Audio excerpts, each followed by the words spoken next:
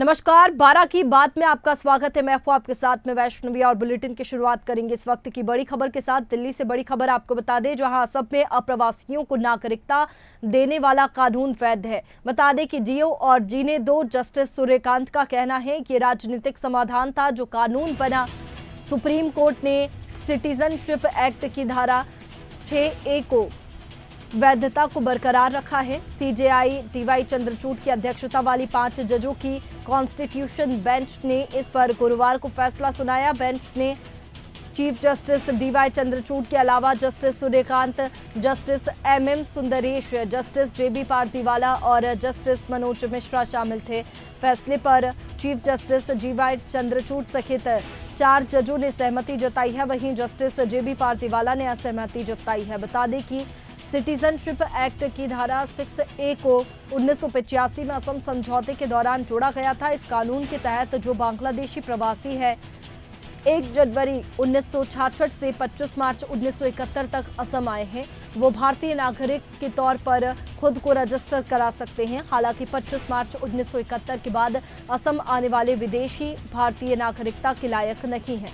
इन कानून पर जस्टिस सूर्यकांत ने कहा कि हम धारा 6A की संवैधानिक वैधता को बरकरार रखा है और हम किसी को अपने पड़ोसी चुनने की अनुमति नहीं दे सकते और ये उनके भाईचारे के सिद्धांत के खिलाफ है। हमारा सिद्धांत है जियो और जीने दो।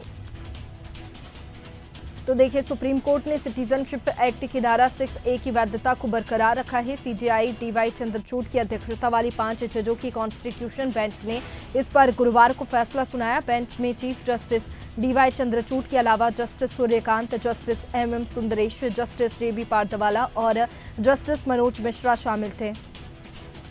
बता दें कि सिटीजनशिप एक्ट की धारा 6A को 1985 में असम समझौते के दौरान जोड़ा गया था। इस कानून के तहत जो बांग्लादेशी अप्रवासी 1 जनवरी 1966 से 25 मार्च 1971 तक असम आए हैं, वो भारतीय नागरिक के तौर पर खुद को रजिस्टर करा सकते हैं। हालांकि 25 मार्च 1971 के बाद असम आने वाले विदेशी भारतीय नागरिकता के लायक नहीं है।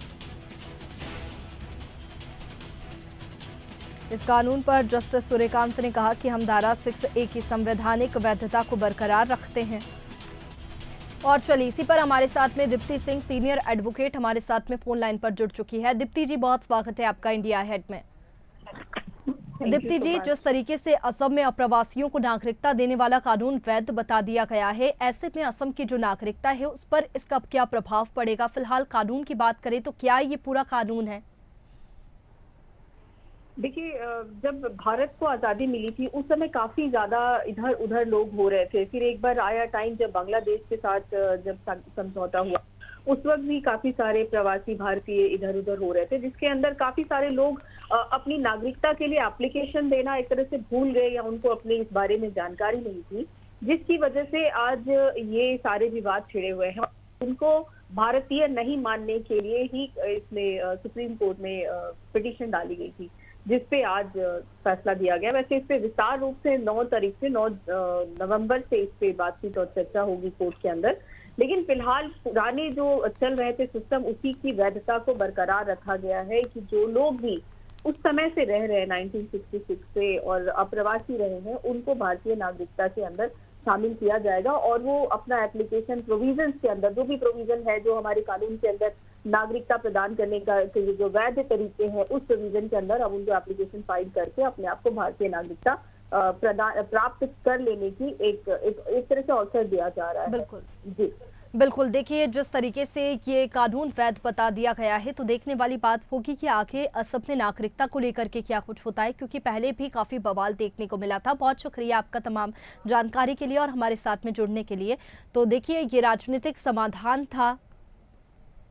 असम में अप्रवासियों को नागरिकता देने वाला कानून वैध, जियो और जीने दो। जस्टिस सूर्यकांत का कहना है सिटीजनशिप एक्ट की धारा 6A को 1985 में असम समझौते के दौरान जोड़ा गया था और इस कानून के तहत जो बांग्लादेशी अप्रवासी है वो असम आए हैं।